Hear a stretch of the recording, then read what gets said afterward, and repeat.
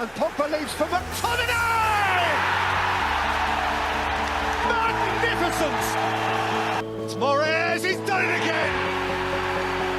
He has fizzed that into the bottom corner. Vardy for Chowdhury. And set for Madison! He is one bright young thing! Alisson saw Salah running from his own half, so onside here, Mo Salah. Salah to settle it! In front of the clock! There's no feeling like that feeling! And now you've got to believe them. You have got to believe them. Goalkeeper. Hey guys, welcome back to the 3PL podcast. Again, a shout out to everyone out there who listens every week. We're very grateful. Before we get stuck in this week, we'd just like to tell you about a giveaway we're doing to win this year's version of Football Manager. At some point during this episode, we're going to drop in a sound clip. We're not going to tell you when or where it's going to be in this podcast, but it's going to be a player's name from a football match in commentary. All we need you to do as a listener is to note down who that player is and drop it on all our social accounts. So make sure it's on Instagram, Facebook, Twitter, and if you're following all our accounts on social media, you'll be eligible to be in this competition. So if you want to be involved, that's how you do it. And we'll let you know next week if you've won, but you've got to be in it to win it. So all right, let's get into it. So we're going to start at Newcastle last Saturday, first game of the weekend. Obviously, Newcastle have been a bit up and down this season. We've seen that in a lot of their games this year. And Chelsea really are starting to turn things around. They've been really impressive the last couple of weeks, and they've started just as they left off before the international break. A really convincing win against Newcastle. So, yeah, all round pretty impressive from Chelsea, in my opinion. So, yeah, such a dominant Chelsea performance. Lampard's now really starting to find the balance I think he's been looking for since the start. I don't know what you guys think, but I thought it was really interesting to see that Rudiger was back, because for all we've heard leading up to this match is that him and Frank Lampard had fallen out. He was nowhere to be seen. Still playing for Germany, yet here he is, and had a great performance. I thought he played really well at the back. Interesting to see what you guys think about that. Yeah, he did exactly what was asked of him this week. He came in to fill that gap and performed exceptionally. It was a really solid performance for Chelsea all round. I think he probably couldn't have asked for an easier game to come into in terms of how useless Newcastle's attack was throughout the game, without wanting to be too harsh about them. It was pretty shocking the way they performed. The player that actually stood out for me, and has done for a few weeks now for England and for Chelsea, is Mason Mount, who I think has just come on to such a different level from where he was last season. I think we're starting to see the potential of this player and how good he really could be, and he's starting to look like a really key part of that Chelsea team. Fair play to him for coming in and making such an impact in a team that is full of attacking talent. They're not short of players to play in the positions that he likes to play in, so he's done really well to impress there. On the other hand, Newcastle just really disappointing this weekend. I thought I saw very little from them to make me think that they deserved anything from the game. I think it will be hard for any Newcastle fan to have looked at that and taken any positives from it, which is odd considering that was exactly what I said about West Ham when we played against Newcastle and lost against them at the start of the season. I had no positives to take from it, and they had a lot to take from it. It's all gone a bit downhill for them since then.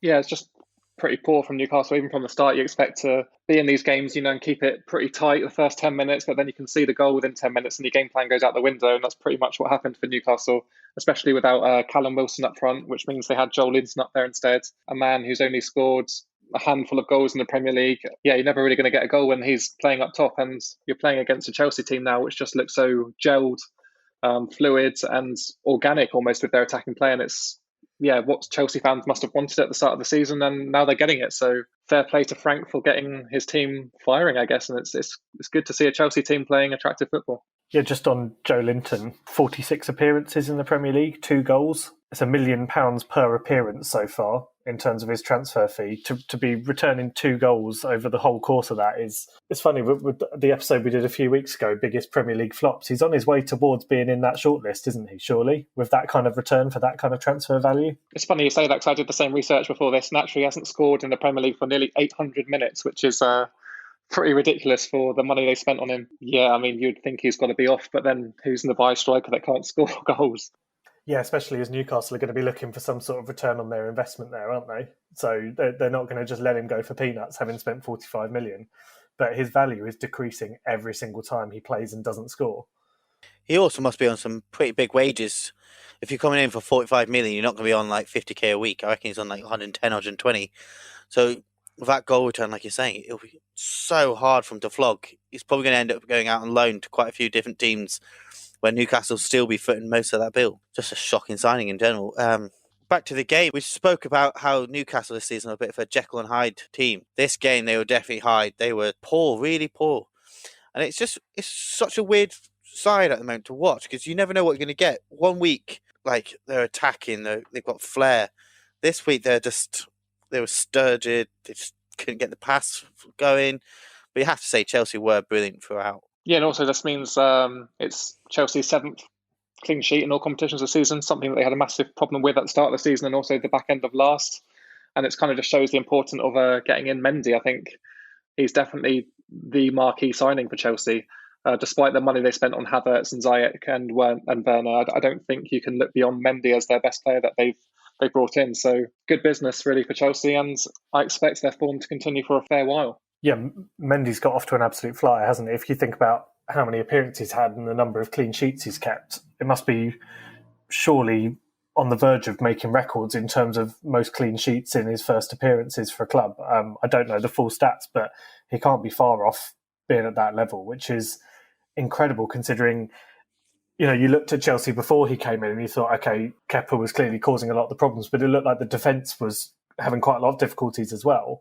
It's almost like him coming in has solved both of those problems. He's fixed the goalkeeping situation and the defence situation. Right, moving on then.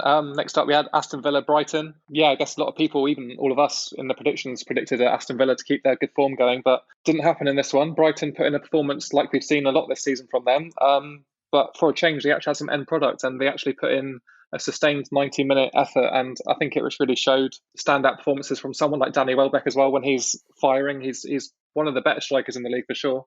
And then the goal they won it with was a really great finish from Solly March. And then, yeah, it was pretty disappointing, really, looking at that Aston Villa team. I know they had Barkley go down with an injury early doors, but I think he would be expecting a little bit more. I think Aston Villa will definitely look at that game as a huge missed opportunity. It should have been 3 points for them. Trezeguet had at least one chance that he absolutely should have scored. And I think if he had scored that, it would have been a completely different game. If Villa had been able to sort of get the upper hand from that situation and go on and actually get something from the game, they probably would have felt like they deserved it. But Brighton, to be fair, as we said, had a great performance. Welbeck rolled back the years with that run through and finish. I mean, he was aided by some absolutely shocking defending from Villa to let him through on goal like that. If there's one thing you don't let Danny Welbeck do, it's that, because you know that he's got the pace and the finish to finish off those opportunities. But yeah, overall, I have to say Brighton have probably deserved a victory like that, where they've performed really well throughout the game and come away with the win. They've had so many games where we said they've performed well and they've been unlucky and they've not got something. You remember that Man United game where they really should have come away with a victory at the very least there. So yeah, fair play to them. At least they'll be pleased with the 3 points, but Villa will be wondering how they let that happen, to be honest, considering the form of both teams going into the match. Yeah, it'd be interesting to see how much Grealish being away on international duties had an effect on his own performance, because obviously he put in a lot of minutes and a lot of yardage whilst playing for England, because every time he was on the game, that was pretty much England's only tactic: give it to Grealish, let him try.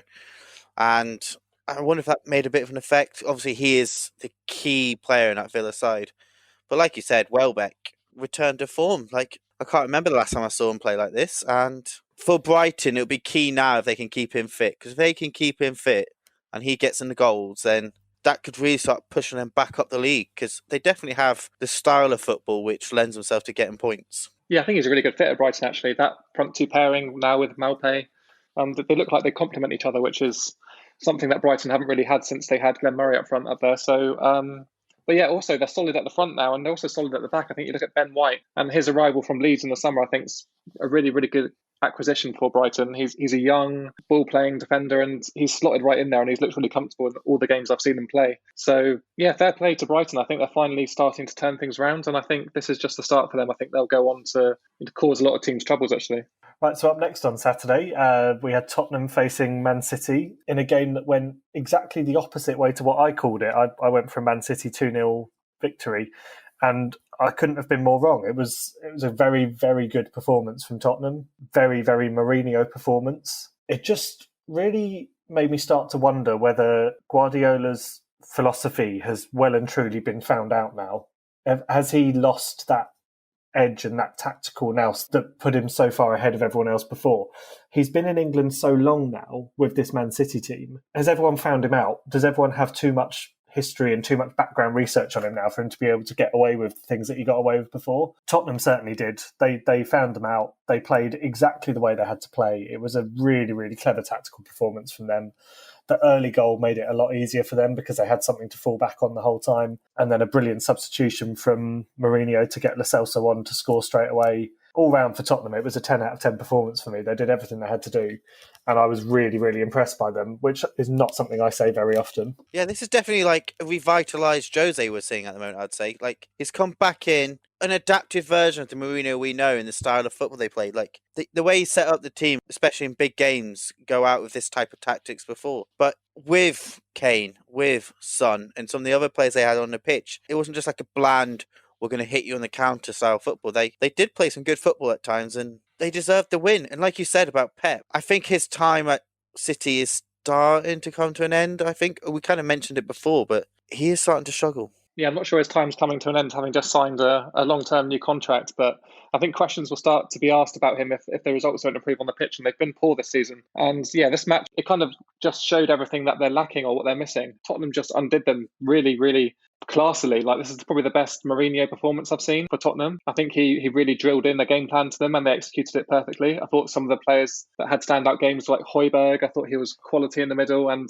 probably better than the days at Southampton. I thought he was probably the best I've seen him play. So maybe he's finding a whole new role there. And then you look at the whole team performance in general defensively. I've never seen Spurs look so solid. Yes, City had some chances, but even players like Toby Alderweireld, who I thought was kind of past it in this Tottenham team, had a really good game. After seeing that, you've got to be at least considering Tottenham as title contenders because they've looked good against almost every team they've played this season. And I think it will take some stopping, to be honest. Yeah, it will be really interesting to see how Tottenham get on over the next few games. They've definitely got the toughest run of fixtures of any team in the Premier League up next, I think, coupled with the fact that they've got a couple of Europa League games coming up. You know, they won't be helped that they've got a Europa League game on Thursday, followed by Chelsea on Sunday, whereas Chelsea are going to have 2 days extra rest, having already played on Tuesday. So they might start to struggle with that fixture build-up that some of the other teams aren't going to struggle with. Just one final thing on Man City. We've saying how good Mendy's been for Chelsea in goal. I thought, as much as City didn't deserve to win this game against Tottenham, if it weren't for the defensive, the goalkeeping mistakes that Ederson made, I don't think they would have lost it either. Both goals, I thought he was to blame. His positioning was shocking. If he doesn't come charging out for the first goal, Son has to make a finish, whereas instead all Son had to do was poke it past him. And the second one, exactly the same. He comes charging off his line and gives Lo Celso, he basically forces Lo Celso to take the shot. If he doesn't force him to take that shot and he stays in his line, it's a much harder finish. So I think both of those goals, really, he's probably to blame for. It just highlights, again, the importance that good goalkeeping can make in a game and how much of an impact it can have on the team's fortunes. Yeah, it's interesting, really, with Ederson, because he's probably never had any criticism within the 3-4 years that he's been at City now. I think he's always been a reliable goalkeeper with good decision-making. But recently, I think in a lot of City games, actually, he's made some questionable decisions. Even the end of last season, we saw him way off his line when Che Adams scored for Southampton. And then, yeah, you see decisions like this one. They don't look glaring to the casual football watcher, but his positioning is sometimes a little questionable. And I don't think they have a great strength and depth in terms of goalkeeping at City. I don't think Scott Carson's going to be getting a game instead. But I think Pep's probably got to rein in Ederson a little bit because teams will start exploiting that if they see it too often. Next up, we had Man United against West Brom, and not a vintage Manchester United performance, but they got the win, which they desperately needed, especially considering their position in the league. 1-0 to United, and Fernandes with another penalty. Yeah, again, United just flattering to deceive at home. They've been really poor at Old Trafford for quite some time now, and I don't know if that's a mentality thing, not having your fans behind you, or whether like Ollie's lost that kind of feeling, struggles to get the players pumped up for playing at Old Trafford without the fans. Not too sure, but either way, United don't play half as well as they used to. If anything, West Brom were really unlucky not to get anything out of this game. I thought they, like many times this season, they played really well defensively in keeping out attacking players. They've got 5 at the back, obviously, which makes things quite difficult for attacking teams, but they neutralised Man United for the majority of this game. And Sam Johnson, again, just a shout out to him because he's been probably the best goalkeeper in the league this season. And unfortunately for West Brom, they've not been able to keep out the goals anyway, but he definitely deserves to be keeping clean sheets and was very unlucky not to in this game. Obviously, the main talking point being the retaken Fernandes penalty. I mean, by the letter of the law, yes, he was off his line, but I thought it was very harsh to penalise him. And obviously, retaken penalties rarely get saved twice. So, yeah, it was unlucky for West Brom, especially considering they had a penalty shout themselves overturned just a couple of minutes earlier. Yeah, it's funny with the retaken penalty. If you look at the screenshot at the moment, Fernandes actually kicks the retaken one. Johnson was off his line. So if Johnson had saved that one, it would have been retaken again. I think, yes, Johnson had a great performance, but imagine if that had happened, like the ridicule you'd get for that. Yes, it's different from what it's ever been before, but the rules have been this way for 9 games of the season now. You cannot come off your line. Don't do it again. Like, don't give the player 3 chances to score a penalty. It's easy enough to score 1 penalty, let alone 3. So, I was really confused by that. But as you said, he had a great performance overall. He could end up being another goalkeeper that becomes a key player in his team if they can actually start to take some clean sheets from games and start to actually get some goals down the other end and pick up some points. He could be that player that they're really relying on to keep them defensively solid. There's not too much more to say really about West Brom. I think they're still struggling to find their way in terms of actually winning games. They probably won't come across a better opportunity to get a point against Man United at Old Trafford, and they weren't able to do it. So it doesn't say an awful lot for their chances of getting points for the rest of the season. But, they'll take some positives from the fact that they weren't turned over, but there's still a lot of work for them to do, I think, before they become a convincing candidate for avoiding relegation. Like you said, 9 games in, if you know you always take a step forward when you go to save a penalty, step half a yard behind the line, and then step onto the line as you dive. Surely that's the only way around it. If you need to get the momentum going, I understand that, and you need to step into it. So take half a step and do it. You have to do it as a striker. You have to take half a step when you're trying to beat the offside trap, especially now that VAR is down to the millimetre. Players have to drop deeper to try and stay onside. So the keepers need to just learn and adapt. I don't agree with the rule, but whilst it's there, it's what they have to do. In terms of United, poor game. They're just so, I'd almost just say boring to watch at the moment. There's very little spark in that side. Martial, not turned up this season at all, I would say. I can't remember one good performance from him. Rashford, again, he's not quite hitting the mark. The last few years, I've never really seen Rashford playing in such a way. So I wonder if he's carrying something. I know he's not always been the most consistent of players, but he's not all there for me. There's something quite amiss with that side, I think. I think that's probably a fairly good way to sum up Man United at the moment. There's definitely something not quite right there. It's not the Man United that we used to watch all the time, so something needs to change at some point. But, at the end of the day, they got their 3 points, so they'll be pleased with that, and that's all that really matters. But they definitely need to be looking for some sort of long-term changes to make that team more of a consistent, reliable team that can challenge for trophies, really. So do you think whilst United are picking up points, even if they're picking up points in an unattractive fashion, that Ollie's job's fairly safe? Or do you think that if United continue to put in these subpar performances on the pitch, but they're getting the win anyway, is that good enough to keep him in the job? I think for now it probably is enough to keep him in the job, but I personally don't think it should be. I think there are some quality managers at the moment. Well, the most obvious one being Poch. He's sitting there at the side. Everyone's expecting him to. I think even the United fans all expect him to actually end up being their manager in the near future. So I think with that looming over Ollie, they need to up the game, and I don't think 1-0 wins here and there are going to be enough, because if they get another spanking like the Spurs game, God forbid if it's Liverpool who does it to him, then he's really going to be in trouble. I guess the slightly controversial question there then would be, if you're a United fan and you really want Pochettino to come in and take over, would you take that, the sacrifice being that you get beaten 5 or 6-0 by Liverpool and have to suffer through that? But then if it means, Ole's out the door and Pochettino comes in and you get 4 or 5 years of good performances, is that a sacrifice worth taking? It's a really tricky one in that situation, because, you've always got that element of you've got to be careful what you wish for, because who knows how it might actually turn out. But I think if you're a United fan, you've surely got to be looking at the performances at the moment thinking, this is not the team I used to love watching. This is not the way I like watching us play. And if there is a manager that we know can be as effective as Pochettino out there, surely you've got to be thinking, why are we not going all out to get him and start a new era as being another dominant club? Because you really can't see them getting back to that top level of competing with the way they're performing at the moment. Yeah, I do think there are one or two players in that squad who are equally to blame. I don't think their head's in it, and it's very obvious when you're watching them play that, yeah, they don't want to be in a United shirt anymore. So perhaps come January, they'll be able to offload some of these players, and then that's a better time for Poch to come in when there's more of a settled dressing room. But right now, I think bringing him in might not even be that helpful, to be honest.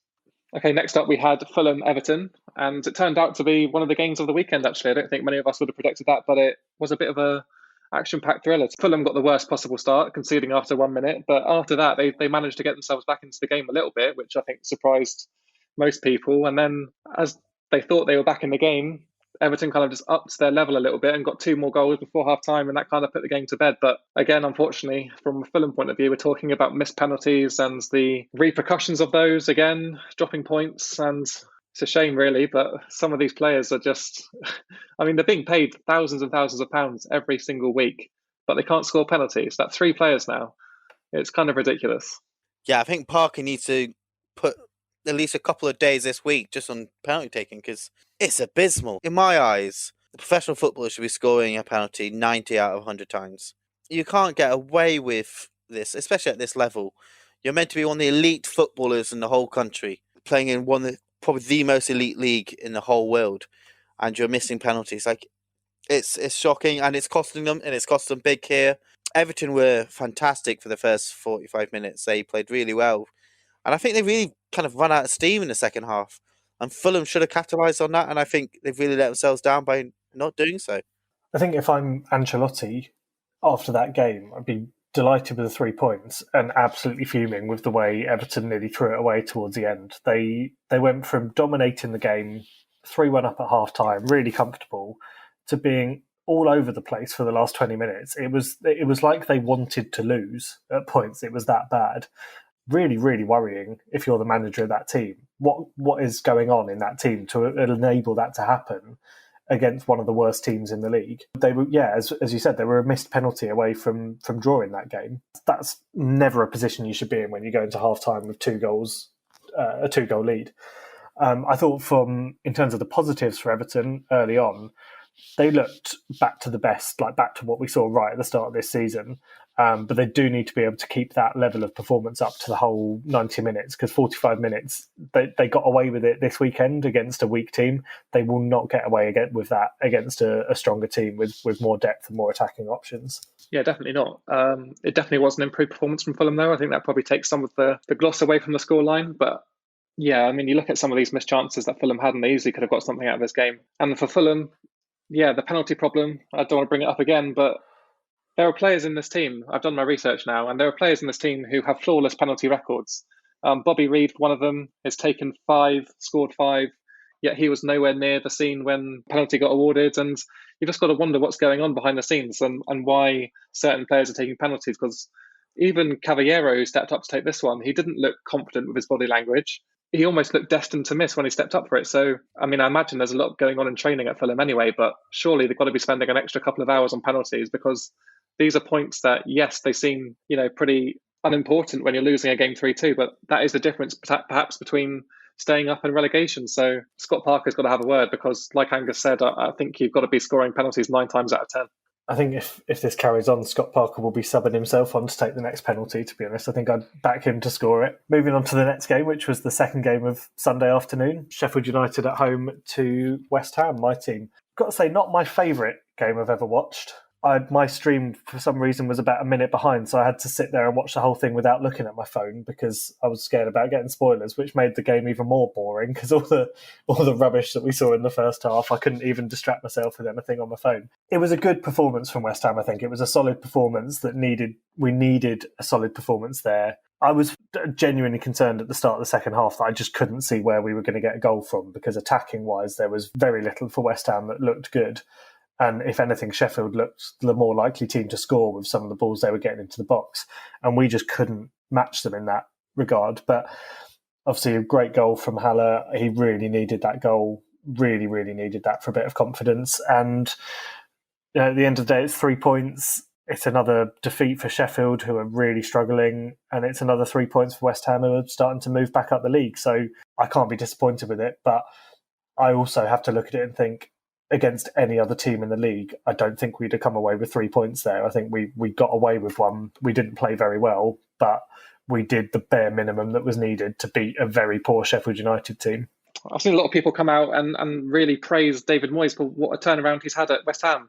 I think this result probably exaggerates just how good he's been. I don't think it was a classy performance by any means. And if anything, I think Sheffield United definitely should have got something out of this game. The chances they had in the first half, McBurney again, guilty of missing some really, really clear-cut chances. And you'd think if they put away maybe two, they probably should have had two in the first half, to be honest. And then West Ham get the goal to put them ahead. And after that, Sheffield United's goal threat just seemed to lessen. And credit to West Ham, who obviously have a very settled back five now, which makes it look quite comfortable in terms of defending. But yeah, I think this says more about Sheffield United than West Ham and how poor they are in front of goal. You know, Brewster's not even starting at the moment. David McGoldrick and McBurney up front just aren't two players who are going to score you a hatful of goals. And yeah, still winless this far into the season. That must be super worrying for any Sheffield United fan out there. Yeah, it's kind of the game I predicted. I thought it was going to be a tight game with not a lot of flair, to be perfectly honest. I knew West Ham without Antonio up front were always going to struggle somewhat. They got the goal they needed and good goal by Haller, but Sheffield United I find really frustrating to watch. The second half, when you're chasing a goal, they kept on getting the ball out wide. You think you've got McGoldrick, you've got McBurney, both. We'll go with a polite way of saying it. Old school strikers. They're not going to be cutting in between the lines. That type of player. You want to sling it in the box and get it in there, and they just weren't doing it. Time and time again, they're out wide. Just get the ball in the box. But no, they would pass it back, pass again. And it seemed to take minutes each time just to try and get the ball into the danger zone. And to me, it's just shooting yourself in the foot. You're not going to get the goals when you're Sheffield United. You don't have the talent to break through a really well-drilled West Ham defence. Yeah, I do think the West Ham defence should take a lot of credit for stopping those crosses coming in, because it is a very well-drilled five-at-the-back system, as Matt said. So absolutely, the way, David Moyes, to give him credit, he knows that realistically Sheffield's biggest goal threat is going to be crosses in from the wide area. So West Ham defended well to majority of the time prevent those crosses coming in. The one thing you said there that I don't necessarily agree with, Angus, was about they don't necessarily have the players to cut through the lines like that. When Brewster came on, one of the first things he did was play through a really, really good through ball to McBurney, who, in my opinion, was very unlucky not to score in that situation. His effort crashed against the bar. On another day, that might go in off the underside of the bar, and then it's a brilliant assist from Brewster and a brilliant goal from McBurney. I couldn't understand why, having seen the impact Brewster had on that team when he came on, why he wasn't starting. I was quite critical of the signing when they made it, and I said I didn't think he was the player to turn their season around. Actually, watching the difference he made to them and the different dimension to their play that he added, he should be starting, in my opinion. And I think if he had started, I don't think it's a comfortable 1-0 win for West Ham. I think it's a much harder day at the office for the defence, and potentially a point or 3 points on the board for Sheffield. Do you guys think it's time that Sheffield United possibly change up their tactics? Obviously, last season they were very much three centre-backs, wing-backs. The formation, quite a lot of teams play now. Obviously, West Ham are one of the sides who play it, but I think they've been found out. Teams know how they play. Do you think they should possibly mix that up and maybe change to a different style, maybe go forward at the back, more players up front? Yeah, it's getting to a point now in the season where you either stick or twist, I guess, and Sheffield United could well stick and remain the same in terms of the way they play. But for me, I think it probably is more dangerous to switch up your tactics now when they're so familiar with what they're doing. If you start playing four at the back with players who aren't familiar in these positions, and it almost changes the entire way that Sheffield United play and their mentality. So whilst I think it probably would be good to freshen things up from a Sheffield United point of view, I don't think halfway through the season is the time to do it, especially not under a manager they trust and have had such good seasons in the past under. I don't think it's a wise decision. Obviously, other managers could probably implement a plan that will keep them up safely, but I think they've got to stick with what got them this far and ride it out, unfortunately. You see, my only thought process is, and I'm going to cite Southampton here. Obviously, this time last season, we'd just come off a result I don't really want to talk about, but we were playing similar formation. We were playing three centre-backs, and changing it has completely turned us around. We're a completely different team under the new formation of 4-2-2-2, and I wonder if Sheffield United, by mixing it up, could possibly create more going forwards. And I think they're always going to be quite a solid team at the back. It's up front where the big issues are. Yeah, I mean, that is the point, really, because you can't really change too much up front for Sheffield United. They're playing two up front anyway. If you play any more than that, as a defensive style team, you're kind of leaving yourself exposed in the middle. So, yes, Southampton changed and for the better, but I think the personnel we had in terms of squad depth kind of benefited our changes and we had players to fill those holes, whereas I don't feel that Sheffield United have the players or the squad depth to tactically change the way they play. So, yeah, I feel like they've got a stick, which is, interesting. Yeah, I think I have to agree with you there, Matt. It almost feels like if you change up their formation, you're almost trying to force a square peg into a round hole, or whatever the saying is. There's teams out there, Southampton being a perfect example of one, that were able to change up their formation, and once they changed the formation, it just looked right. It worked instantly, and it seemed to gel, and it was almost like, oh, why weren't they doing that before? There's other teams out there. I think Sheffield, unfortunately, are one of them, where you're hampered by the personnel you've got, definitely. And I think the quality of that squad is not designed to be a versatile system. That squad has been built around playing a very specific system for a very specific manager's tactics. And now that those tactics aren't working, I almost feel like, unfortunately, as much as it's not pleasant to have to say, the only way to change the style of play is to change up the manager and a significant number of the playing personnel to actually be able to make anything different happen with that team.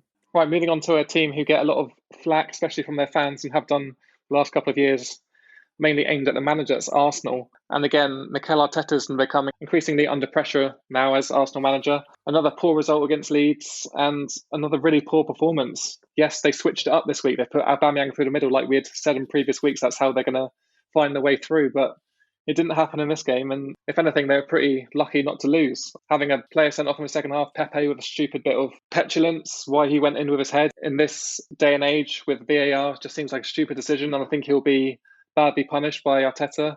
But yeah, Leeds must be wondering how they didn't get a win in this game, because they were much the better team the whole way through, really. And yeah, I mean, what's going on at Arsenal? Yeah, I think, Angus, you said it, and I agreed with you last week when we were doing our predictions, that on the basis of the Leeds-Arsenal game in the FA Cup last year, it looked as though Leeds were going to be on top in this game. And I think that probably came true, really. It's just they couldn't get the victory, which they probably deserved. As for Pepe, I mean, it's just amateur behaviour from him. He's nearly cost his team 3 points. He's now suspended for 3 games. Personally, I think that kind of incident deserves more than a 3-game ban. It's a blatant breach of the rules. There is no footballing element to it. It is violent conduct off the ball. That should be an extended ban for me. You know, if spitting at someone is, I don't see why that isn't. It's ridiculous. He's really let his team down there. And he's played into the hands of all of the people that are criticising him already for not having the impact that he should have for a player that costs 72 million. Now, he's not just a player that's not playing well. He's a player who's not playing well and is headbutting people and getting himself sent off and costing the team a chance of a victory. I know he's young, but he's got a lot to learn there. I think in the past, we've always seen how ruthless Arteta can be with players who've let down his team. So Pepe needs to be worried, because that, like you said, both have said, it was a ridiculous decision and complete stupidity by him to just do it. Like, who headbutts in this day and age? You can't get away with it. Like Matt said, we've got VAR, we've got cameras all around the ground. You're never in a million years getting away with it. And it just shows his lack of care and attention for his side.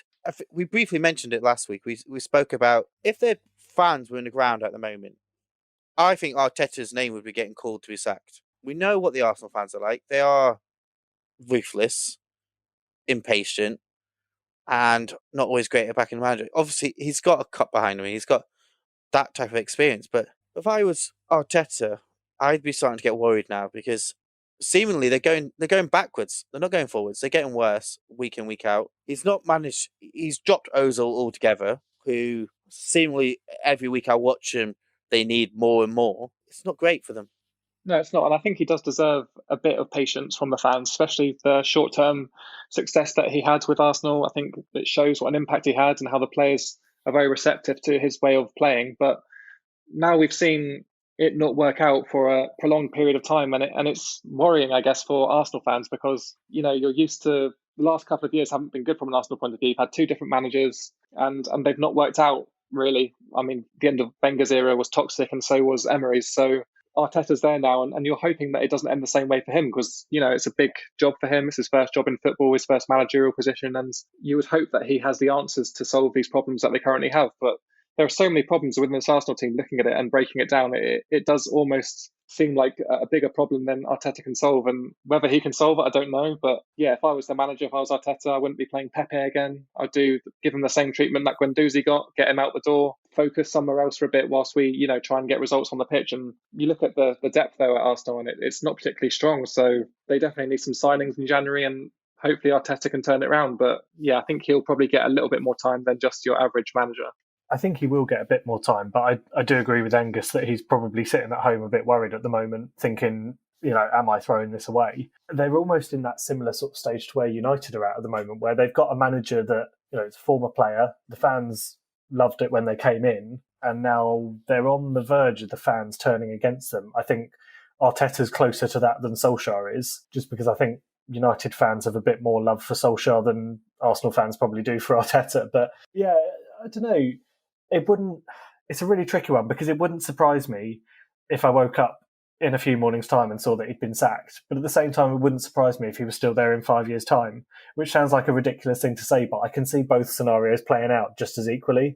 So it just is going to come down to how the board feel about it. And to be honest, when it gets to the stage of fans being allowed back to stadiums, to an extent, it's going to come down to whether the fans are paying the money to go and see the team. Because if they're not, then the board are going to feel the pressure and they're going to do something about it. I feel like while fans aren't at the stadiums, the board will probably hold fire for now, but we'll just have to wait and see, I guess, and see what happens when that finally returns to our lives. I think word needs to be said about how well Leeds played. They were solid throughout the match. They're still missing, and I spoke about it early on in the season. I said that Bamford, yes, he was in the goals. He has done some cracking finishes. I'm still not sure if he's an out-and-out Premier League top striker.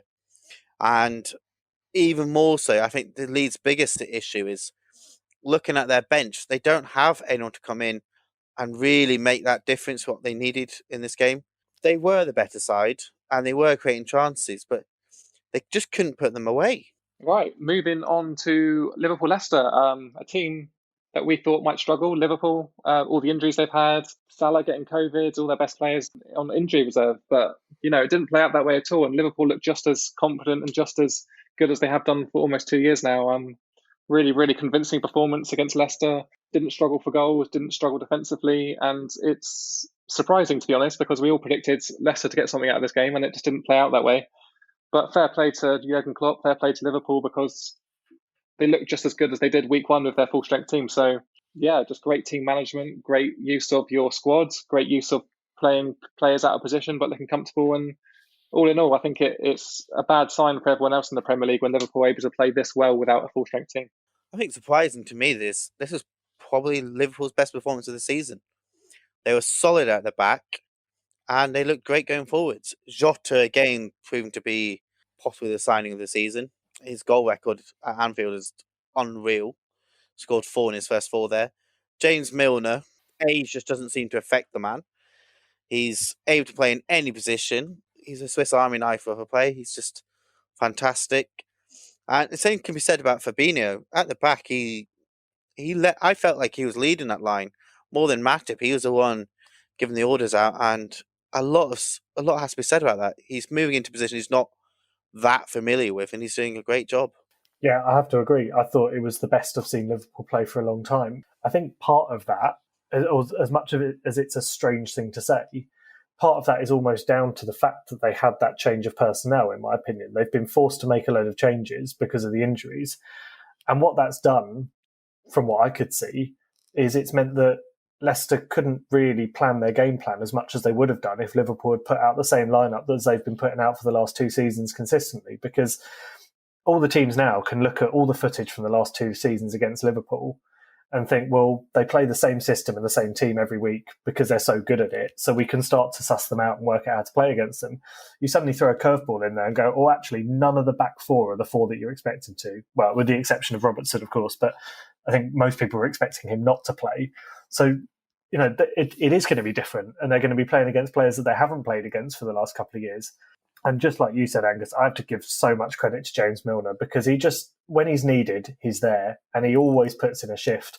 I think I've heard interviews with several Liverpool players saying that he is consistently the fittest player in that squad. He runs and runs and runs in training. He'll put in a 10K and then go out and do training. Like, he's an absolute machine of a man, and he deserves an awful lot of credit for the way he's performed so well, so consistently for so long. I think also what we're starting to see is that Liverpool developing a bit almost a siege mentality here. The weeks leading up to this, it was all about, your defence, you're going to be struggling, you're going to be... And I think even Klopp, in a way, he's talking about the injuries and that they need to have 5 subs and stuff like that. I think it's almost driving those players to the next level. They're going, you know what? Even though we've maybe not all been key players of the last couple of seasons, we are still a Premier League winning side. We are a Champions League winning side. And I think they've got this mentality now where almost like in the day when Sir Alex used to have Park playing right back, a defence which was just all over the shot, John O'Shea playing right wing. And yet they seem to always get the result. And I think Klopp's got that with this Liverpool side. They're not all world beaters, not all world-class players, but he seems to make them into them. Yeah, it is really impressive. And it is that championship mentality, like you said. I think winning the league, winning the Champions League in the same season just gives you like kind of aura of being, a level above everyone else. And that's exactly how they're playing at the moment. But Leicester did themselves no favours in this game. I thought they looked out of their depth for most of it. I think they probably saw this as an opportunity to get something at Anfield and looked a bit overawed by the situation. They had a game plan, but I think that game plan went out the window pretty quickly once Johnny Evans smashed the ball into his own net. Yeah, I mean, it could have been a lot more goals in the second half. Firmino was guilty of missing 1 or 2 chances, which, quite frankly, it's crazy that he missed. But yeah, I think this Leicester performance was way below par, and Brendan Rodgers will be kicking himself that he wasn't able to get something out of this game because the opportunity was there. But yeah, they didn't set up well, and they looked second best the whole way through the game. Right, up next on Monday night, we had Burnley, Crystal Palace, 2 teams that have struggled to perform this season. Burnley more so than Palace, struggling to get any wins whatsoever, but they got one in this game, a narrow 1-0. I predicted it. I didn't predict the Wood goal, but either way, I thought this was pretty predictable, to be honest. I thought Burnley would start to pick up form, especially at home. They're less leaky in defence. Crystal Palace, obviously, without Zaha, looked a shadow of the team they are with him. Yeah, fair play to Burnley. They stuck with it, and Pope, again, had a colossal game in goal for them. He's turning out to be a really reliable goalkeeper, and I don't think it will be long before he moves elsewhere. But yeah, really big performance from him, which kept a clean sheet. And yeah, Burnley were good, to be honest. They weren't unlucky to win the game, but I thought they were worth the win. So yeah, fair play to Sean Dyche. I think what's key now for Burnley is that defence, the one which they've been so reliant on the last couple of seasons. Tarkowski's playing well again. You've got Ben Mee next to him, again playing really well. And I think that just gives them such a more solid spine to work on and work their way up the pitch. It was, sadly, the game I was expecting. It's the type of performance which Burnley needed. Palace were just really poor this game. I thought they lacked any creativity throughout the side. And they were back to being the Palace we know and, let's be honest, don't love. When they're poor, they are really poor, and definitely up there is one of the worst sides in the league to watch. I think you're right about Tarkowski. I think him coming back into the team makes a massive difference to Burnley. The only thing I worry about for them is it sounds, as far as I've heard, almost certain that Tarkowski won't be there past January, or if he is, he'll be gone in the summer, because I think he's made it very clear that he's not signing a new contract. So they'll be looking to cash in on him before his contract expires. I do worry that even though they seem to be doing better now, that uplift in form could be short-lived if they then lose him again. Maybe it will force them into making a better contract offer to him, because it sounds like that's the issue. It's not that he doesn't want to be there, it's that they're not prepared to pay him what he wants to be earning. He probably will be gone. But yeah, I was surprised. I think I predicted a 0-0 for this one, but I was surprised that Palace didn't play better. I think obviously lacking Zaha was a big deal for them. I didn't expect them to lose to Burnley. I definitely didn't see that coming. So disappointing performance for them, and I'm sure they'll be hoping that that's not a sign of things to come for their next few games. Is it basically a sign, though, that Palace are too dependent on Zaha? Because for me, I think it definitely is. I don't think when he's missing, they're half the team they are with him. And the players that come in his place, I think it was Townsend who came in on the wing in this game, just not any kind of replacement for Zaha. Doesn't have the creativity, doesn't have the pace, doesn't have the delivery, doesn't have the finishing, doesn't have the... I could list them off. Doesn't have anything on Zaha. And the strength and depth that Palace have seems to be quite weak, actually. So, yeah, I think eventually they're going to lose him, and replacing him is going to be very difficult. It really is. And I think the most disappointing thing for them, aside from Townsend, who we know is not going to be a world beater in any game, more you would have thought Eze would be, this was his opportunity to go, okay, Zaha's out, but it doesn't matter, you got me.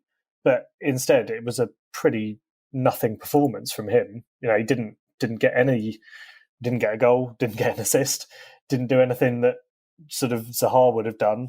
And I think he's missed a massive opportunity there to stamp his name on that team and go, doesn't matter if he's not there because I will fill in and I will be your talisman. They don't have that man to go to if he's not there. They really don't. And that's, if there is a team in the league that is a one-man team, it is absolutely Crystal Palace. I think this is why that Zaha's almost been priced out of the move he's been looking for the last few seasons, because like you said, they are such a one-man team and they're so reliant on him that his worth to Palace is more than any other team's worth is to actually sign him. Because he's been linked with so many sides, but they're always asking crazy money, like 70, 80, 90 million. And I don't see where his worth would be for another club at that price. It's going to be one of those tricky ones, and I'm amazed that he keeps signing contracts. You would have thought by this point he'd have just run down a contract and just got a massive signing on fee at a new club and gone down that route. He's a bit of a servant to Palace now, but you think he's got to do that for his own good soon. Moving on to the final game of the game week, which saw Wolves host Southampton.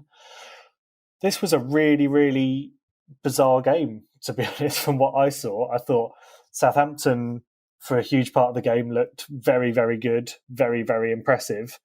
And then the last 15 minutes, it was like Wolves just suddenly realised that they were a team that used to win games last season and suddenly thought, oh, God, we've got 15 minutes to turn this around, and went all for it. And I was actually really, really convinced at one stage that Wolves were going to complete the turnaround and score that second goal and make my 2-1 prediction come true, but they didn't do it.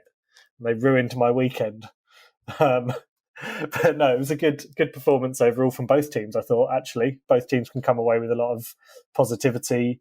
Yeah, well, let's hear the Southampton fans' thoughts on that game. Yeah, like you, I thought we were pretty lucky actually not to lose the game at the end of the second half. I thought after we took the lead, we were pretty guilty of sitting back, and credit to Wolves because they really turned their game up a notch and they looked pretty dangerous towards the end. But in the first half, for some reason, Wolves just can't get going, and it's happened a lot this season. They just can't buy a goal in the first half, and when Jimenez doesn't get going and Podence doesn't get going, there's very little attacking intent from Wolves, and we were kind of able to exploit that in the second half. Theo Walcott got his goal, and I think everyone was super happy for him. I think you can see how much it means to him now, and I think he's a great player to have in our squad because he cares about the team, and he's done great to replace Danny Ings the way he has. And yeah, unfortunately for Southampton, we're pretty used to dropping points from winning positions at this point. So when the equaliser came, I wasn't surprised, but yeah, usually I think maybe go back 2 or 3 years, we'd have lost this game. I think we would have conceded more than one goal, and yeah, we dug in at the end, and that's all you can ask for against Wolves away. I think that's a pretty good result. Yeah, I have to agree. I think it's a good result for Saints, and I think it's a good result for Wolves. I think both teams will be happy to take the point from this game. Obviously, Walcott got his goal, but he also had a glaring opportunity to get the second. About the first half, I almost think the way Wolves play the first half is one of the reasons why they're so strong in the second. They don't seem to use much energy in that first half. They're very much a counter-attacking team, and their pace up front is frightening. No matter who's on, if it's Neto's playing, or if it's Traore, or if it's Podence and Jimenez, they've got so much pace on the break. But if you look past their front three, whoever's on it in the game, their midfield isn't that creative. Martinez is a good player. Neves is a good player. They're very good at keeping the ball moving, and they're good at on the counter-attack kind of passing. But they're not the type of players who are going to cut through a side and slot balls through. And I think, in my eyes, this is why they're so effective in the second half, and on the other hand, not so effective in the first. It's a dangerous game to play that, though, isn't it? Because if you save up your energy in the first half but go into the second half 3-0 down, you've made a lot of work for yourself going into that second half. But I do think there is possibly an element of that that's true, that they're so explosive towards the end because they're not exerting as much energy in the first half as everyone else. They definitely seem to have that sort of second wind in this game where they almost like ran riot over Southampton at points. Traore being the perfect example. I mean, some of the moments where he just pushed a player off the ball and went bombing up the pitch was very impressive. What wasn't so impressive was that he seems to have absolutely lost his ability to play that finishing pass, that was what made him so effective at the end of last season. His link-up play with Jimenez was so essential to their team after the restart last season. Him clipping that ball in and Jimenez powering the header in. He just couldn't do that this time. He'd fly up the pitch, beat 5 people, push people over all over the place, leave a trail of Southampton defenders in his wake, and then knock the ball out for a goal kick, or the pass would go to the first defender. It's all well and good being the strongest player on the pitch and greasing up your arms before you come on, but it's not going to do anything if you can't actually find your own teammates. Yeah, I thought we did defend well against him, so that's one positive to take out of this game. And also the fact that Wolves didn't have Conor Cody at the back for the first time since their promotion back in 2016, I think was a really big deal for Wolves and probably went unseen from a casual football fan. But I think that leadership back there probably would have prevented Southampton from getting the goal. So yeah, I guess it's two different scenarios playing in each other's favour. I guess him not being there allowed us to score, but then obviously they came on strong in the end and managed to get the point, but they definitely could have won this game. Okay, just covering a couple of topics from the weekend, or the season so far, really, and this is starting with VAR, and kind of ties in with our question this week as well. So our question is, what do you make of the VAR bias towards the big clubs? Is it just a coincidence? Yeah, I guess I found the stat so far this season that Manchester United have profited more of VAR than any other club in the Premier League. Whether United are still a big club, I'm not too sure, but they're definitely top of that one. And elsewhere on this list, there aren't too many big clubs in terms of results going their way. So I guess looking at it statistically, you could probably say that it's pretty even and all the clubs get a fair share of their own VAR calls. But, some clubs this season haven't had any go their way. And yeah, I guess it's difficult to provide evidence as to whether it's favouring one team over the other. I think in some ways, United being top of that list, for me, more shows a strange statistic that they seem to be suffering from the worst refereeing decisions, if that's the case. If VAR is giving the correct decisions, which we have to assume it is for the sake of this conversation, that suggests that United have been victim of 5 incorrect refereeing decisions so far that have had to be overturned by VAR. What we're not seeing in these stats is the things which aren't being overturned. So penalties that have been given to certain big clubs that haven't been overturned when they actually looked pretty soft. So I don't know, the stats make it hard to really tell, to be honest, because it could be that we're not seeing the full picture. I don't necessarily think it is biased towards the big clubs. The one thing that VAR is probably good at is being consistent in terms of not favouring any one team over the other. We've not really seen any historic evidence of that. If anything, it's better that we're doing it that way than where referees were being forced to make decisions, and we know for a fact, well, not for a fact, that's not fair, but we know pretty well that referees refereeing at Old Trafford or at Anfield in front of a very, very excited crowd are going to find it harder to give a decision against the home team than they are against the away team, because you're not going to get as much people on your back, you're not going to get as much press attention for it. So there's got to be an element of that. Even subconsciously, there's got to be an element of that in refereeing decisions. Whereas if you're the VAR, you're in a nice little box somewhere else. You don't have to have that camera and that pressure on you. So it's probably easier to make a subjective decision in that situation than the on-field referee. I also wonder if this kind of links to the style of football teams are playing. So if you look at Manchester United, they've had 5 VAR overturns, and I'm assuming that's probably where they've probably been given penalties where VAR has overturned decisions. Because obviously, as we all know, they do love a good penalty, Man United. But then look at some of the teams who are down at the bottom. So you got your Man City, you got your Liverpool, you got your Chelsea. Teams which are probably going to dominate possession quite a long period of time and aren't really playing on the counter as much. And I find teams who aren't on the counter as much don't get as many penalties given to them. Because when you're on a counter, the defence are panicking. They have to dive into tackles. They're being rash. They're trying to maybe just try and pull and snatch at you. And I think that's often where you get more of that type of decisions, which the ref might have missed because he's 40, 50 yards behind the play. So it could be one of the reasons why the teams which do more counter-attacking football, so you've got Palace at the top, Everton at the top, Brighton play quite often on the break. I think that might be one of the reasons why it's gone that way. Yeah, it doesn't seem to make any kind of like logistical sense. It doesn't seem to favour one team or the other for any particular reason other than United's perhaps have just had the best refereeing decisions or the worst refereeing decisions in this case go their way. So yeah, I wouldn't say VAR's favouring anyone. Obviously, you would hope it's not, because that would be something to look into. And I think a lot of people would be upset if one team was being favoured over anyone else. But to me, I do just think this is a coincidence that Man United are on the top. And I do think it will probably even out over the course of the season. Right, on the back of yesterday's news in the UK, we found out that fans will be allowed back into Premier League stadiums from early December. Very interesting development, considering that coronavirus is still pretty apparent in most parts of the UK and a big problem, really. But apparently we're allowed to do it. And in some places, especially in the South Coast, we're going to see more than 4,000 fans in stadiums, or up to 4,000 fans. So yes, not full capacities at big Premier League stadiums, but I think having fans back in grounds is going to be huge for the teams that do see fans back in stadiums, and also huge as a spectacle as well. I think fans are itching to get back to football stadiums, and yes, whilst coronavirus might not be gone and done and dusted yet, I think it's a really good decision in terms of, you know, some kind of normality returning to civilization. And you know, as a football fan, I think it's going to be great. See, I'm pleased to see that it's a step in the right direction. Obviously, what we all want is a return back to full capacity Premier League matches. That's what we all love. I've got to be honest, on the basis of it looks like West Ham are going to be allowed 2,000 fans in the stadium.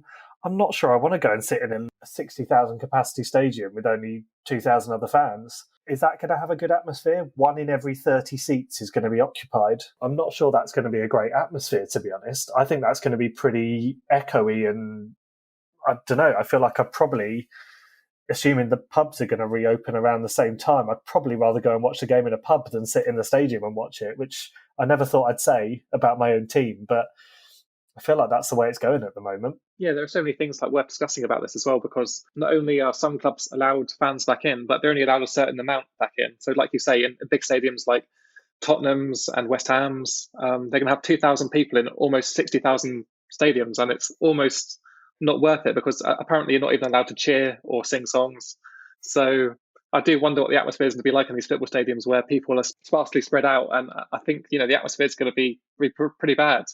And then obviously you've got clubs in the north where COVID's more of a problem, who aren't going to have fans in their stadiums at all. And is that a disadvantage for them, knowing that they're not going to have fans cheering them on, but clubs down south or in London are? All these different variables make it a very interesting topic of conversation. And yeah, I really don't know whether I'm a fan of it yet or whether it's too soon. It's a lovely thought to know that fans are going to be starting to move back into the stadiums. But like you both said, especially if they're not going to be allowed to chant, they're not going to be allowed to sing and really get behind the club, then what really are they going to be doing there? Part of going to the ground is to be a part of the atmosphere. You probably get a better view of what actually happens on the TV. Like, depending on where you see it is in some of these grounds, especially West Ham's, some of your fans are going to be miles away from the actual pitch. For teams like Southampton, teams like Brighton, where we're the only two clubs at the moment as it stands, which will be allowed to have 4,000 fans in the grounds. Both of us don't have the biggest of stadiums, so we're not going to have the same challenge which Chelsea, Tottenham, Arsenal are going to have. What we are going to have is our fans haven't always been allowed is, however, we're going to have our 4,000 season tickets holders in. It's not going to be a mixture of all the different fans. And I think that could actually lead to having some really good atmospheres. If it's just those 4,000 fans, they're the only ones in there. They're going to be the only ones singing, chanting. They've not been allowed in the ground for a year. Could possibly start having where we might start picking up some home form, which could lead to, when we get more fans in, it building and building as it goes along. Because for years, our home form has been shocking. Yeah, it's going to be really interesting to see how different fans adapt to it, because there's certain stadiums that have a reputation for being pretty quiet anyway. So if you take out 90% of the fans, it's probably going to be even more like a library than normal, without naming any particular teams in general. But I don't know, I think for me, I know the way West Ham are going to do it, which is that you get entered into a ballot. If you're a season ticket holder, you get entered into a ballot for every game that's allowed fans. And if you get one of the tickets, you get it. And if you don't, you get pushed higher up the priority to get one for the next game, which is a fair way of doing it.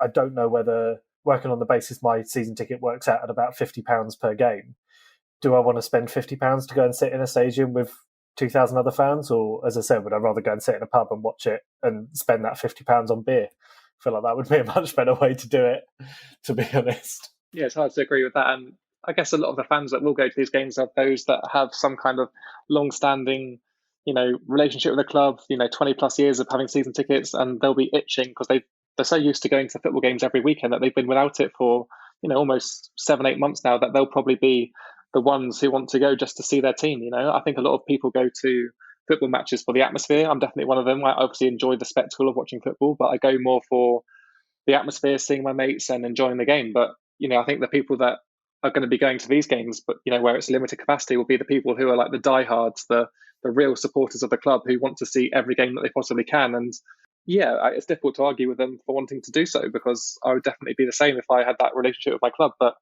yeah, I guess maybe for us more, I would tentatively say casual football fans, it's more about the atmosphere. And yeah, I won't be rushing back to a stadium, but I definitely am keen to watch some live football soon, for sure. As long as it's a step in the right direction and it's working towards the stage where we can finally get back to normal, then it's good news for me, and I'm happy with it. And for the people that will want to go and will want to be in the stadium for the games, then it's great news for them as well, because they'll get to go back to doing what they love and being in the stadium and seeing their team. All right, let's move into some predictions for the upcoming game week, kicking off on Friday. A big game on Friday night, Crystal Palace, Newcastle. Two teams, probably the worst matches to watch last weekend. Just poor going forwards, poor defensively. It's a difficult game to call, really.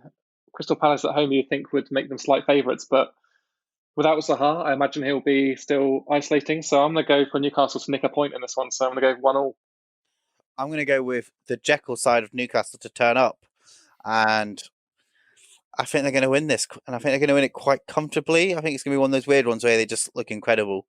So I'm going to go with a 3-1 Newcastle win. Interesting. So obviously, as you said, Matt, both of these teams were looked really poor this weekend. So naturally, they're both going to be going for a win. They need a win. And that's why I'm going for a 0-0 draw, because it's going to be a terrible match, as it always is when they put a game like this on a Friday evening. Oh, not on a Friday night, please. None of that. But the next game, Brighton-Liverpool, to start Saturday, should definitely have some goals in it. And Liverpool look just as good as they always have. But then Brighton are coming off some good form. I know they've not been picking up the points, but at least they got their win against Aston Villa last weekend. And whilst I don't think they're going to win this game, I do think they'll score against Liverpool. But Liverpool just look far too strong. So, yeah, 3-1 Liverpool, I'm going to go. So I'm backing Liverpool to get their second consecutive clean sheet after a long run without one. It's going to be 3-0 to Liverpool for me. And to keep a clean sweep of Liverpool wins, I'm going to go for a 2-0 win. I also think they'll keep up their clean sheets, and I think they're just a better team. The Man City-Burnley game, which is up next, I actually find a really hard one to predict. Usually Man City kind of dispatch Burnley quite confidently, but obviously they are really a team who are not in good form at the moment, and Burnley coming off a very vital win will have the confidence going in it. So I'm actually going to go for a boring one with a 0-0 draw. Well, I can't see that. Man City at home against Burnley. I know historically this is a fixture that probably provides a really one-sided scoreline in Man City's favour, and I don't really see it going any other way, to be honest. Yes, Burnley were better against Crystal Palace, but Man City at home tend to turn it on. So I fancy them to do it because they've not done it so far this season. And it'd be good timing really for them to turn it around. So I'm going to go 3-0 Man City. Yeah, I'm going along similar lines to Matt. I was looking at this one before because I saw something on social media earlier about the last few games between these two teams. Fairly comprehensive victories for City all round. I'm actually looking into it in a bit more detail. And the last time Burnley got a win from this game was back in 2015, which is not that long ago. If you want to go back to the last time they got a win against City before that, 1974. So, they've not had many wins in the last 45 years. Yeah, for me, it's going to be City's chance to pick up some points and get back to their best. I'm going with 4-0 to Man City in this one. The next game coming up sees two teams which have been scoring very freely, but also conceding very freely for a lot of their games this season. So Everton against Leeds, in line with what I've just said, it's going to be a 3-3 draw. Plenty of goals all round, plenty of drama, maybe a little red card in there somewhere along the way as well. It's going to be a great game. Yeah, I also think it could be one of the better games of the weekend, to be honest. Don't think there'll be quite that many goals. Predicted some score draws earlier in the season, they just haven't played out. So I do think it will be a draw, though. And since you said 3-3, I'm just going to undercut you a bit and go 2-2. I think we're looking at possibly one of the games, not only of the weekend, but this season. I think this game has all the hallmarks to be an absolute goal fest. And I'm going to go with a big Leeds winner, 4-3. Wow. Now that we've hyped it up like that, that's guaranteed a 0-0 draw in that game, isn't it? Oh, it's destined for it. A game that probably is destined for a 0-0 draw is the next one.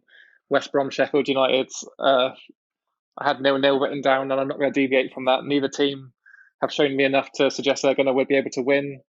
Neither team have scored many goals. How can it be anything else?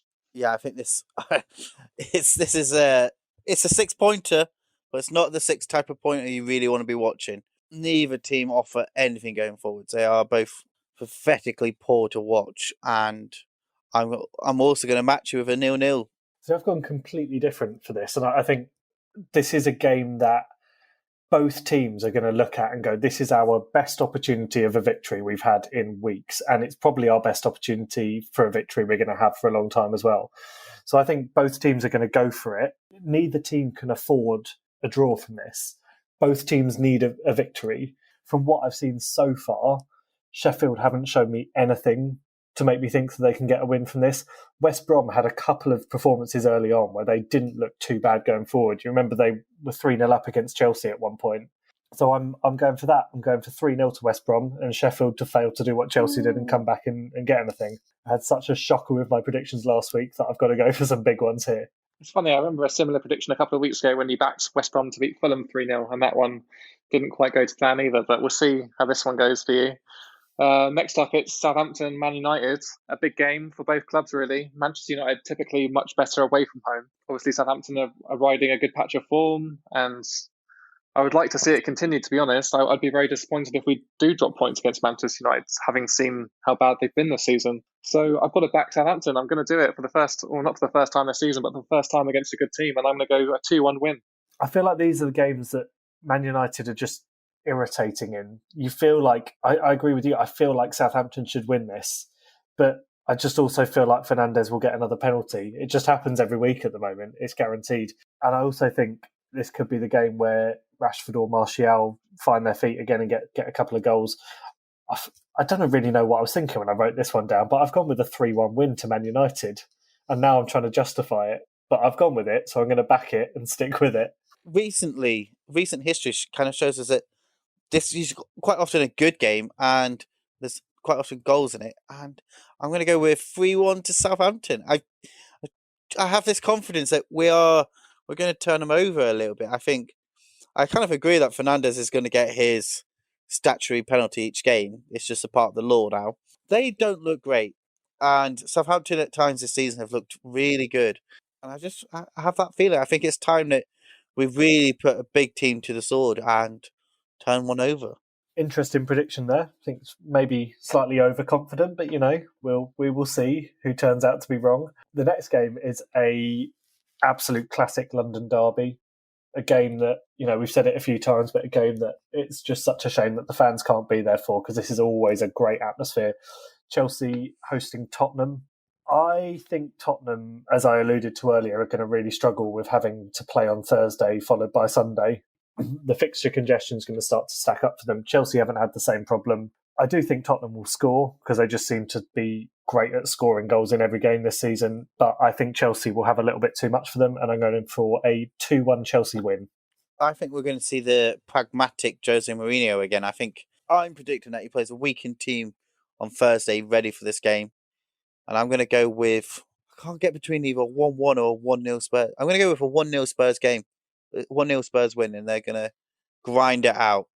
Obviously, you have that Jose Mourinho-Frank Lampard relationship, and they've faced off in the past with Frank Lampard getting the result at Tottenham last season. But yeah, there's something different about Spurs this year, and Mourinho and the way he's got Tottenham playing, yeah, they could field a weakened team in the week in the Europa League, but they're not in a great spot in the Europa League, so they probably need a result out of it. So I think they'll have to play one or two of their big players. So I don't know how big a difference that will make to their matchday squad against Chelsea, but you know what, you both predict one-way result, so I'm going to go with a draw for this one and go for a 1-1. Interesting. 1-1. 1-1's the result I'm going for the next game, which is Arsenal against Wolves. I can't see Arsenal winning. They've not shown me enough to prove that. And Wolves just seem to love a game where only one goal is scored by either team at the moment. So, they're going to follow up their 1-1 against Southampton with another 1-1 against Arsenal. Yeah, I'm just going to mirror exactly what you just said. Don't see it going any other way, really. I think Arsenal need to start picking up points. I think they probably will be better in this game because Arteta's no doubt gone in on them after that Leeds result. But something does need to change in terms of system for Arsenal to start picking up wins. And I don't think it will change in this game, hence the 1-1 prediction. But yeah, Wolves could easily win this game, so I wouldn't be surprised, but I'll stick with a 1-1. I think this game has the possibility to be actually quite a poor game. I think both teams can play relatively defensively these days. But I'm going to go with Wolves to nick it. I think this Arsenal team are struggling at the moment and really struggling to break teams down. And Wolves being as solid as they are, they might even go into the game as favourites. I'm going to give Wolves a 1-0 win. Moving on to a game which I don't think will be anywhere near as tight as the last couple. Leicester against Fulham. I think this is going to be Leicester coming off a bad loss to Liverpool. Are going to be going out for blood, and Fulham at risk of getting absolutely destroyed in this game. And I'm going to go with a 5-0 win for Leicester. Jeez, I've predicted 5 goals in this game as well, but I've actually gone for a 4-1 scoreline to Leicester. I do think they need to bounce back after that Liverpool result, and they've definitely got the players to do it. So, yeah, convincing 4-1. Yeah, very similar. 4-0 for me. Sorry, Fulham fans, but there's no way that you're keeping anywhere near a clean sheet in this game. It's just not looking good for Fulham, is it? It's really not looking good for them. And Leicester, if they wanted a team to bounce back from a bad result against Liverpool then it's got to be Fulham. And at home as well, you can see Vardy having an absolute field day against Fulham's defence. So yeah, I'm backing Vardy to score a few. And then moving on to the final game of the weekend, sees West Ham host Aston Villa.